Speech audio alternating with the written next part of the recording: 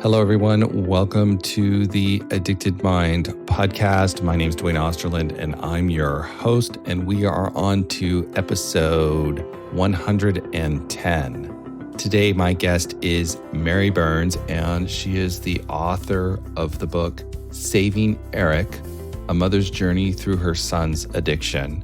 So she comes on to share some of her story and to advocate for good addiction treatment for all the people out there that need it. What a powerful story, and I could really feel her grief and loss at losing her son, Eric, to addiction. And it was just so courageous of her to come on and share her story. So I hope it is helpful for all of you out there listening. Before we start, if you are enjoying the Addicted Mind podcast and you're getting a lot out of it, please rate and review us in iTunes. That does really help get us a lot of exposure. And I think at this point, we're over 300 reviews, which is just incredible to me. I can't believe it. So I really appreciate everybody who has done that and taken the time to do that. It helps get this podcast out there and helps me continue to produce the Addicted Mind podcast. So thank you very much. Also, think about joining our Facebook group. Just go to Facebook and type in the Addicted Mind podcast and continue the conversation online. And also, if you'd like to join the Addicted Mind newsletter, just go to theaddictedmind.com and sign up. All right, let's start this episode.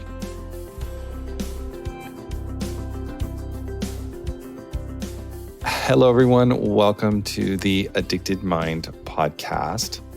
My guest today is Mary Burns, and she is the author of the book, Saving Eric, A Mother's Journey Through Her Son's Addiction. Mary, I'm so happy to have you on the podcast, and this is such an important story that you have to tell. I think a lot of people who listen to the podcast have either lost a loved one to addiction or are scared about that or are dealing with a person close to them that is struggling with addiction. So Mary, I'm so glad to have you on the podcast. So please introduce yourself and we'll start there. My name is Mary Burns. I'm a mother of three, and I'm a teacher. And I wrote this book about my son's struggle with addiction, but also mental illness. He struggled with that, which I believe, led him to using drugs. Why did I write my book? Well, my son always wanted to write a book about his struggle. Ever since he was in high school, he always told me, Mom, I want to write a book. I have to tell people about my struggle. I don't know if he understood then what he meant by his struggle, but towards the end of his life, we talked about writing it together. So after he passed, I decided to continue on and try to continue with the book. I think at the end of the book, I give him his voice, and when he starts to come to terms with his struggle. So I believe, like I said, I gave him his voice at the end. I also think I would like the book to increase awareness or understanding of the difficulty of dealing with these issues, mental illness and addiction, because I think if you have not dealt with it personally, it's very hard to understand how difficult it really is. And I think sometimes people in the helping industry don't really understand it unless you actually go through this. And like I said, like personally, you're living in a house with somebody that is suffering from these kinds of things, mental illness and addiction, because my son struggled with bipolar disorder. Right. And also I'd like it to begin a conversation about treatment, because I think there's a lot in regards to addiction treatment that is lacking. It really needs to change. Absolutely. So I'm glad that you're coming on the podcast to share your experience and maybe help some other people out there. So the first thing I'd love to start with is just, how did you start to know that Eric was struggling? When Eric was 7.5 years old, he started having these, I'm just going to call them little screaming fits. And they were very intense. And they would just start suddenly without warning. And that was, I guess, the first sign. But they happen maybe every 4 to 6 months. So in between, he was that typical happy kid. He was a straight A student. He was athletic. He had friends. I didn't see any other problems. So I was thinking that, hopefully it would pass. He also was adopted. So I thought a lot of it had to do with his adoption. So I was hoping that as he, grew up and we discussed it, eventually those I'm going to call them screaming fits, would stop. But instead, as he became a teenager, they became much more intense. into what I call them rages. So it got a little tough. But that was my first symptom, which is unusual because most people don't show signs, at least I've been told and what I've read, until they're teenagers. So he was 7.5 when I started seeing signs of that something was wrong. Right. But like I said, it didn't happen very often. So it's really hard when something only happens every 4 to 6 months. It's not like it's every single day. So, and in between, he was Mr. Happy. Right. So, okay. So in looking back, you can kind of see that something wasn't right here, that these fits were pretty extreme and out of character, it sounds like. Very out of character. Very out of character. Yeah. And so as he started getting older and became a teenager, how did the addiction start? Or how did he start to go into substances to maybe medicate that? I think that's why he did it. And, I grew up in the 70s. So, there were many kids that I knew of that smoked pot and drank beer, and many of them turned out to be fine adults. So, I suspected, I suppose, that, he was drinking beer or smoking pot maybe on the weekends during high school, but I didn't think it would get beyond that. Did I talk to him about it? Did I tell him I didn't think it was a good thing? Yes, absolutely. We had a lot of discussions about drug use. But I think he was using it to medicate himself, of course, and it made him feel better. Maybe Right. The harder drugs in particular. And I never thought he would cross the line into the harder drugs. I really didn't. I was shocked when he finally came to me and asked me for help. So he actually came to you and said, look, I need, something's going on here. I need help. Yeah. There was about a 9-month period where his rages stopped. And I thought, wow, we got over the worst. The hormones are settling down. And I thought he was doing so much. I thought he was doing great. He was working full time. He was saving money. He had a girlfriend. He seemed so happy. But in looking back now, in retrospect, I would have to suspect that at that point he was using drugs and he was medicating himself. But yes, I would say he was probably addicted somewhere between 6 and 9 months, although I don't know for sure. I was never able to ask him. I thought I had a lot more time to ask him these specific kind of questions. And he just, came to me one day and he says, Mom, I need help. I became addicted to drugs. So he asked me for help. Wow. I didn't have to figure it out. He asked me for help. So he knew something was going on and he knew he needed support. So what happened at that point? Well, at that point, I brought him to a hospital with a detox unit, and the hospital turned him away.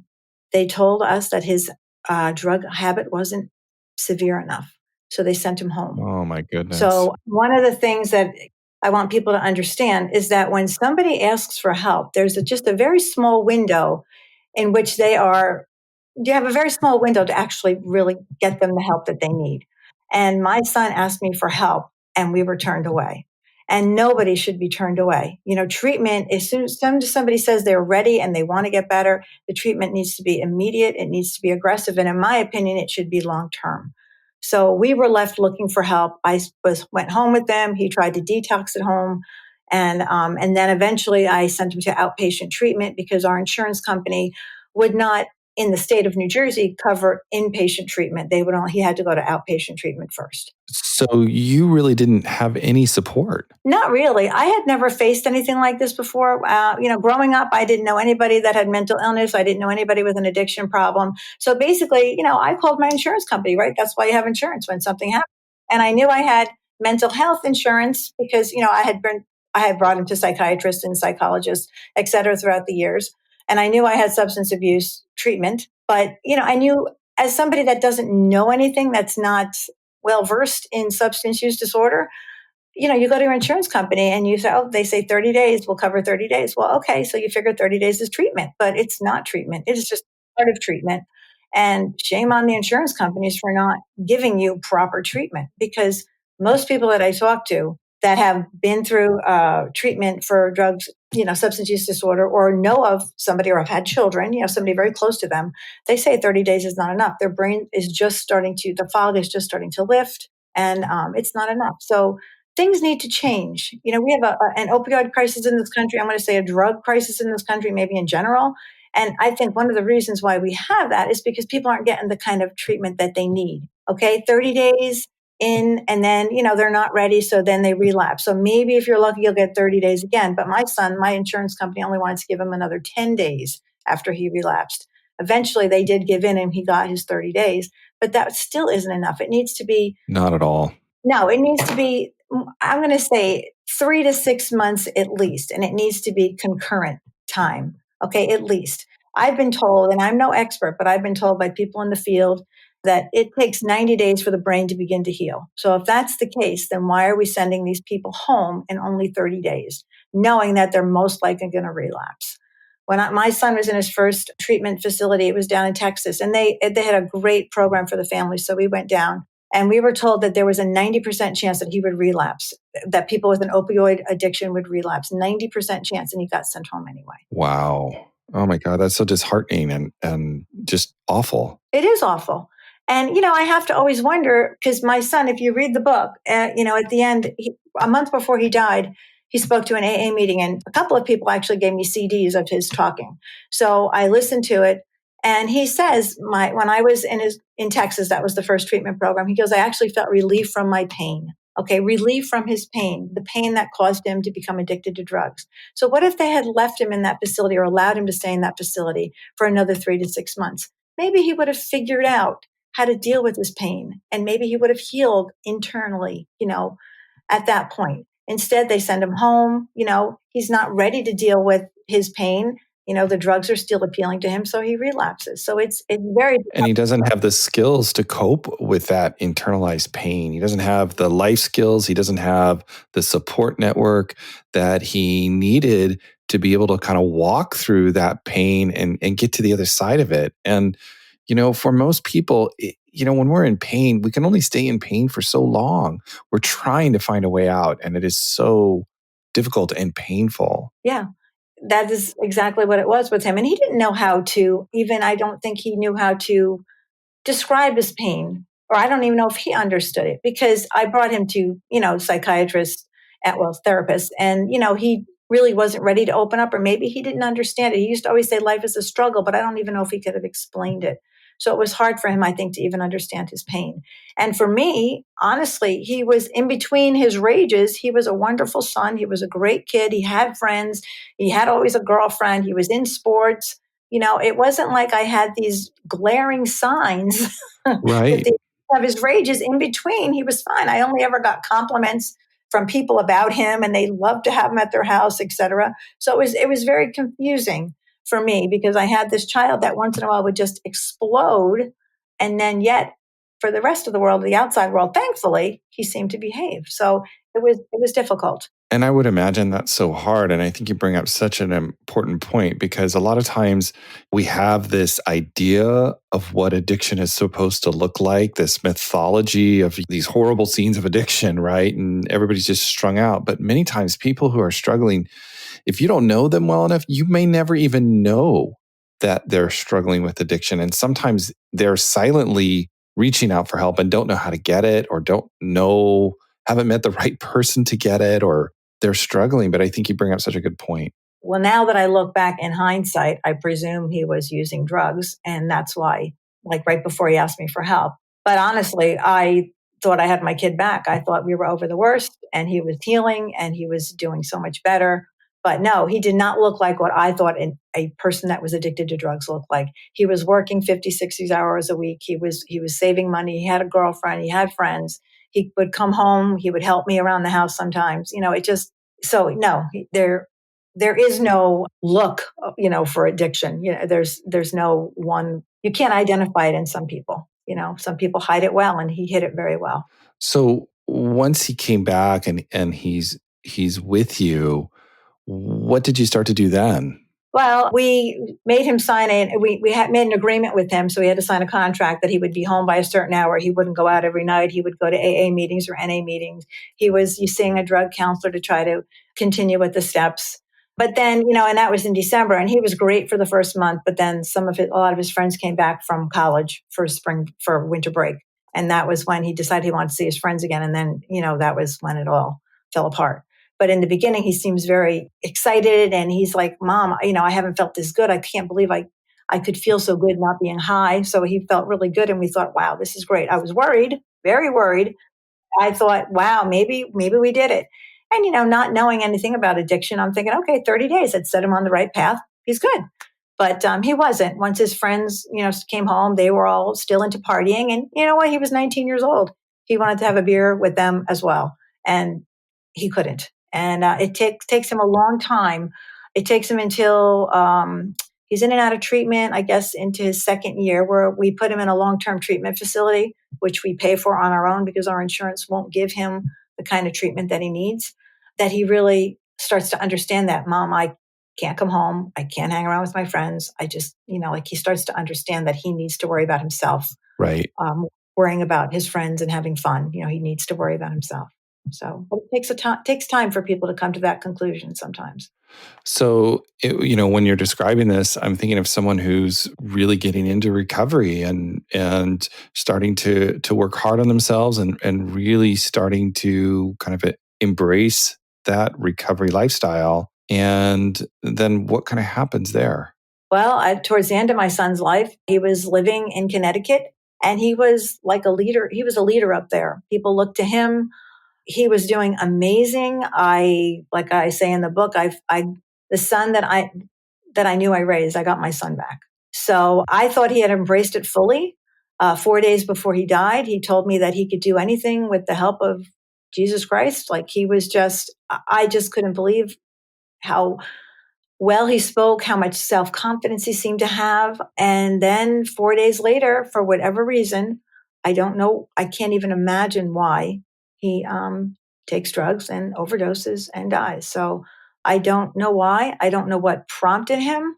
I wish I could figure it out, but I just don't know. I guess that just goes to prove how insidious drugs are, that even somebody that is doing so phenomenally well, that has been helping so many other people, could still succumb to the disease. So it's just that horrible, the disease. And so fast. Very. Yeah. Oh, yeah. It could just, I stood with him 4 days before he died. He came home and we're talking and we're having the greatest afternoon. He's talking about the future. We're trying to figure things out. And then 4 days later, I get a phone call that he's gone. So I can't even begin to imagine what happened. And that has to be so hard, I would imagine, to just really, in some ways, not know what happened. Yep.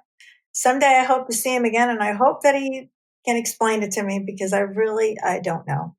We really thought, my son and I, my other son, after I told him he died, we just thought he had a brain aneurysm or something. There was just no way he did drugs. We were just, right. There was no way. There was something else.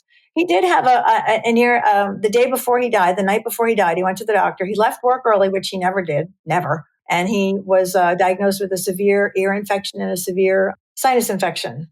So I don't know. Maybe he was in so much pain that he thought he could just get rid of it temporarily, just once. Maybe, yeah. No, I can only guess. I have no idea. He didn't leave. There's no notes. It wasn't a suicide. It was just a shock. That's all. Yeah. And sometimes, with addiction, we could just be impulsive in those moments, and it just happens. Yeah. I think people that, as I say in my book, he hadn't made good decisions for a very long time. Throughout high school, he didn't make a lot of good decisions.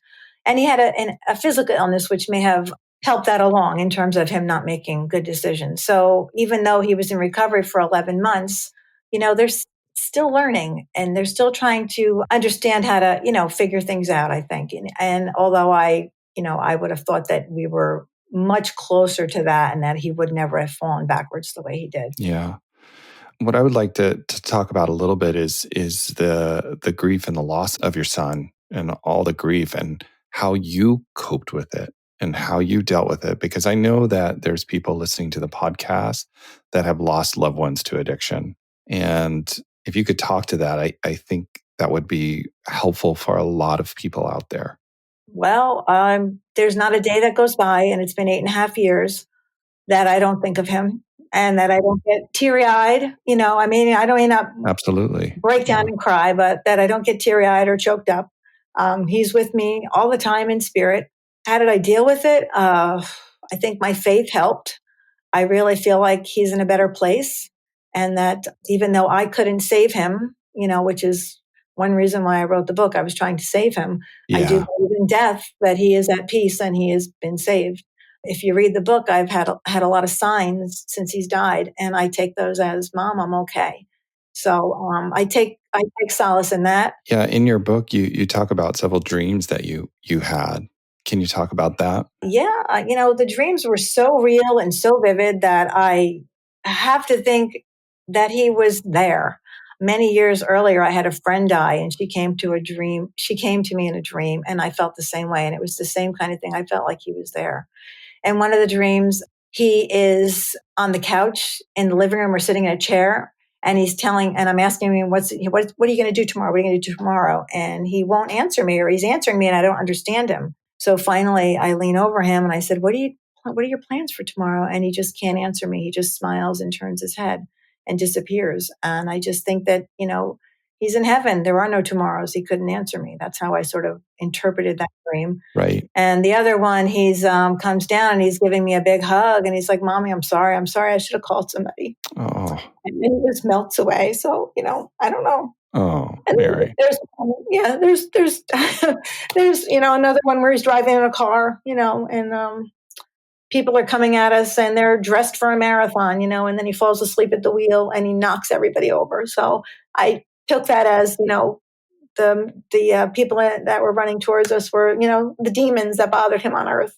And then when he fell asleep, he died. So he ran over everything that, like he destroyed anything that was, all the demons that tormented him on earth. So there, I don't know. I mean, I'm not an expert on dreams, but, I woke up like feeling like I had to figure out what that meant. Like he was trying to tell me something. Right. So, I mean, that's a brief description of them. So. Well, I think that is just so beautiful to think of it that way. I think as parents, when we lose our children, it's so hard to make sense of it or to understand it. And it's just so difficult. But holding on to those things that we can, how we can remember them or these dreams and how we can see, I guess, the goodness through all the grief and the loss. Yeah. I mean, I just try to remember, the good times with him. Yes, there were some really rough times. The first part of the book talks about the mental illness and the struggle with me trying to deal with that and trying to figure things out. But I just try to remember the good times because in between all the craziness, he was a really good kid. He was talented. He had, he was just, I mean, he was funny. He was a really great kid. I always say that he struggled with life and he could see the goodness in his life, but he let that reflect off of him. And for some reason, the negative things in his life, he seemed to absorb those. And it was unfortunate. And I don't know how. I tried to get him to see the positive in life, but he just always seemed to. The negative he absorbed where the positive, like he just let it reflect off of him. So it's unfortunate, but I do believe he's in a better place. Not to say that I don't miss him. I Of always say to course, people, yeah. that helps, but I still miss him. It doesn't make me miss him any less. Well, it's kind of like when I talk about grief a lot, at least my own experience of it is really being able to make friends with the grief and loss and help it inform our own life. And that's the value we get from these losses and Eric's loss and from that is that if we can use that grief in a way that helps us create more goodness in the world. Yeah, well, I mean, I'm involved in addiction advocacy since his death, and myself and another mother who lost a son, we had started a walk in our area. It's called Changing the Face of Addiction, and we raise money for a nonprofit that helps people with resources that want to recover that don't have resources that gives them treatment. So the money is donated to them, and I just think that in terms of the book, I think that people that go through this kind of thing that deal with mental illness and addiction, the stigma has to change. There's a lot of change that needs to be made and we need to start speaking up about it. Right. And I'm not ashamed of my son. I'm not ashamed of our story. I think that more people need to share their stories because my son needed help. He asked me for help and I couldn't get him the help. And that's horrible. That should never happen. If he had had any other disease, if he had cancer and he needed 6 to 8 months of chemotherapy and radiation, he would have gotten it. But instead, we were left, struggling to try to find him treatment. So I think we all need to start speaking up a little bit more because this really needs to change. People should get the treatment they need. Absolutely. And I think like what you're saying is if someone has cancer, they can go get treatment. But we know like when people are in emotional pain, it is like they're in physical pain and we have to treat it that way. so that they can get the support that they need and get out of that pain and, be part of this life. They deserve that. And absolutely, people who are addiction don't choose that.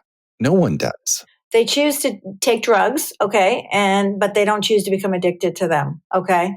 So that's different. I mean, and a lot of people, I know people that drink alcohol every night, but I wouldn't say that they're an alcoholic. But my son, if he drank every single night, he would become an alcoholic. So it's definitely brain based. There's a switch that went off in his head that doesn't go off in certain people's heads. Then he became addicted to the substances. So, and I think the medical community sees it as an illness, okay, a disease. And I think that the treatment or the insurance community needs to start seeing it as an illness and needs to start giving treatment that is appropriate.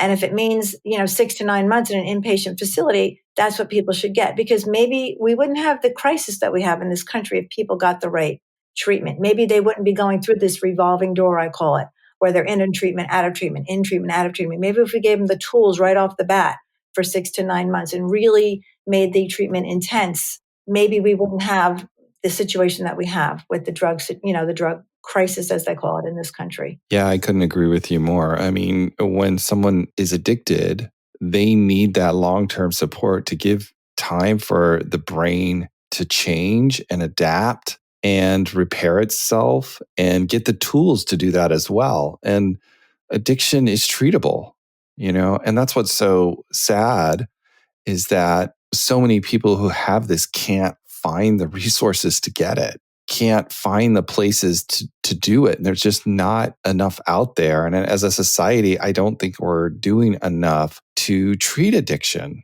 Well, I mean, I don't think we're treating it correctly. I mean, I think, the 28 days that most insurance companies will pay, and I can only talk from the point of having like a private insurance, which I was grateful to have, but it's not enough. They're just putting people through saying, okay, we gave you treatment. But no, we need a new treatment protocol, maybe, that 30 days doesn't work for most people. Some people it does, but for a lot of people it doesn't. I've known too many people that have relapsed too many times to think that a 30-day program works for most people. Yeah. And the 30-day model was based on old science, was based on old information when we looked at addiction as a moral issue, as some kind of moral failing and not a brain disease that people need help with that can be treated.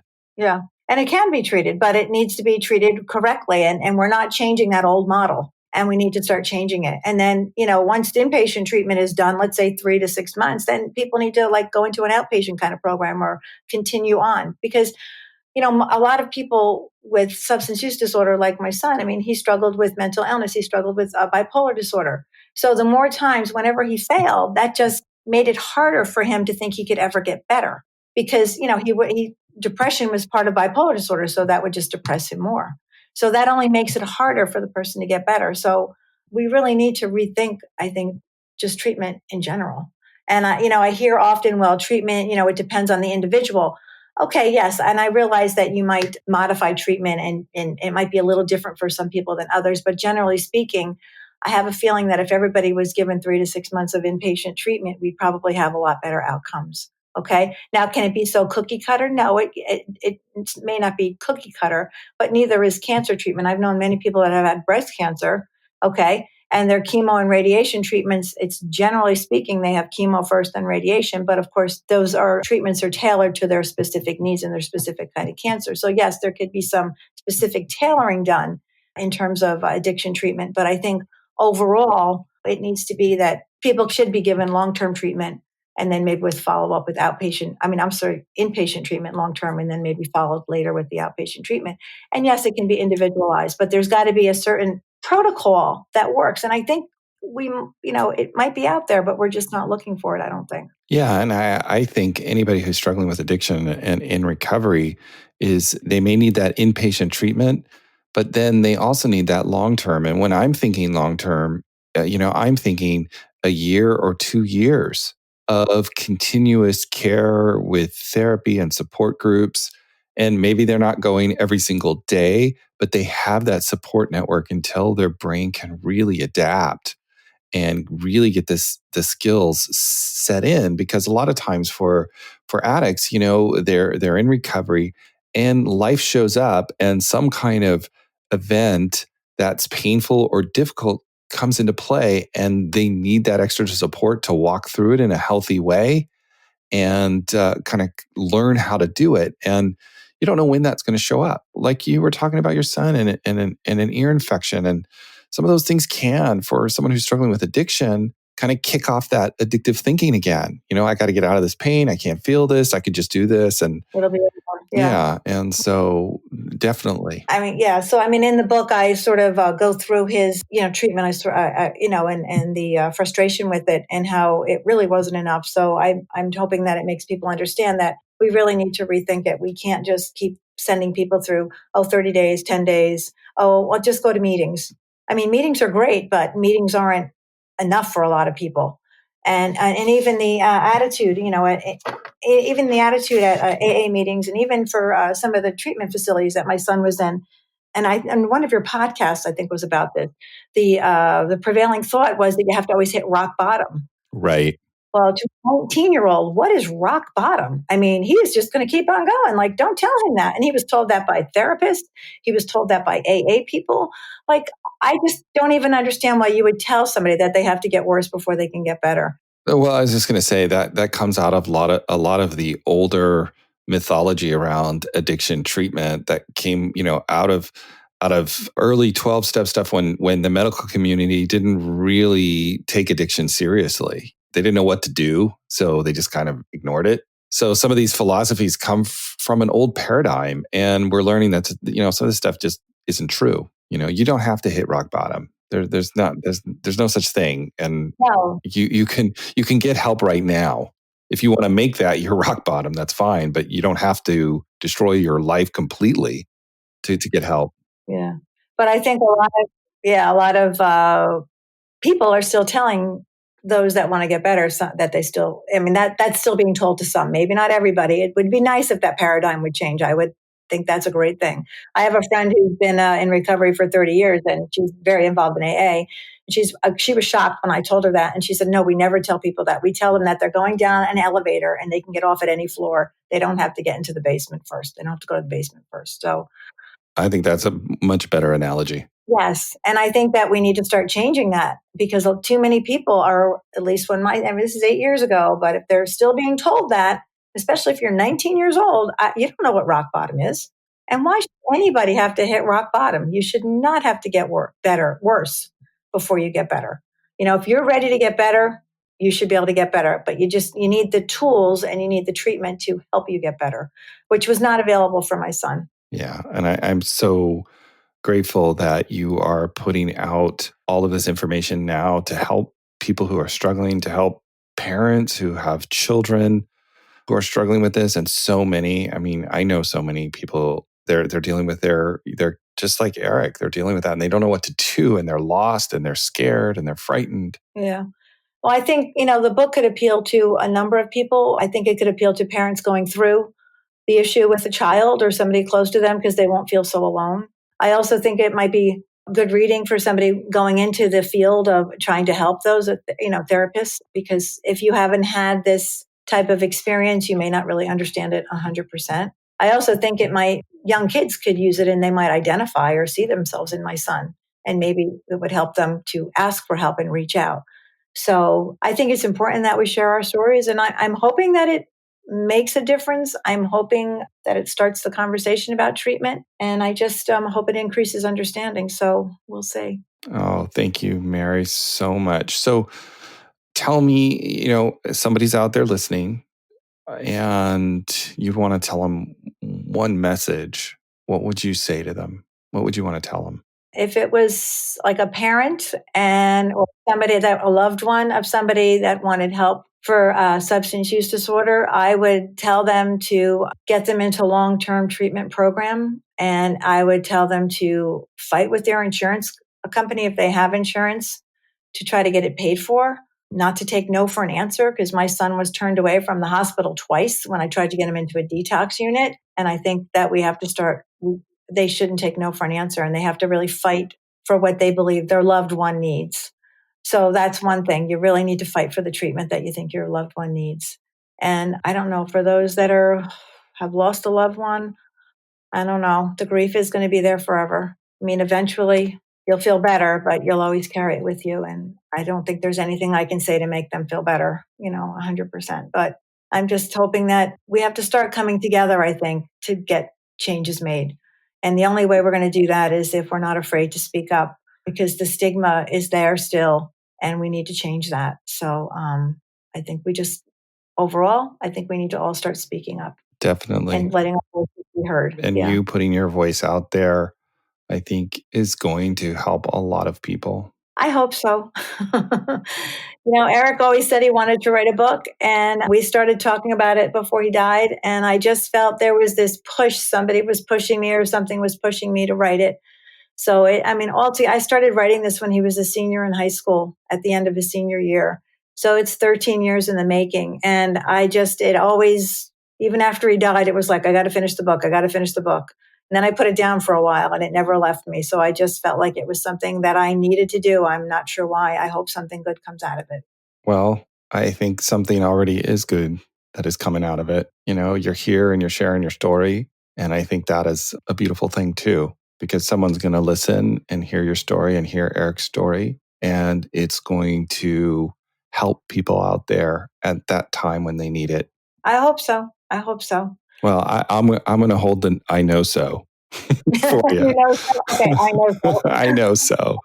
I know so. So your story is so valuable and Eric's story is so valuable. And I just want to say thank you for sharing it and having the courage to come on and talk about it, because so many people don't say anything and don't share their story and kind of hold it inside. And it's when we can come together as people and share our pain and our grief and our losses that we can all heal. So I appreciate it. And I appreciate you coming on and contacting me and saying, look, I have this important story to share. So it is important to hear. And thank you so much, Mary, for coming on. Before you go, how can people find out more information about you or get in contact with you if they want to know more? How can they do that? Well, I have a website. It's called savingeric.com. So they can contact me that way. And that's it. And then they can purchase my book on Amazon, Barnes & Noble, and or Austin McCallie USA, which is the publisher. Awesome. And I will link all that in the show notes as well so people can get it there. Thank you, Mary, for coming on and sharing your story. All right. Well, thank you for having me, Duane.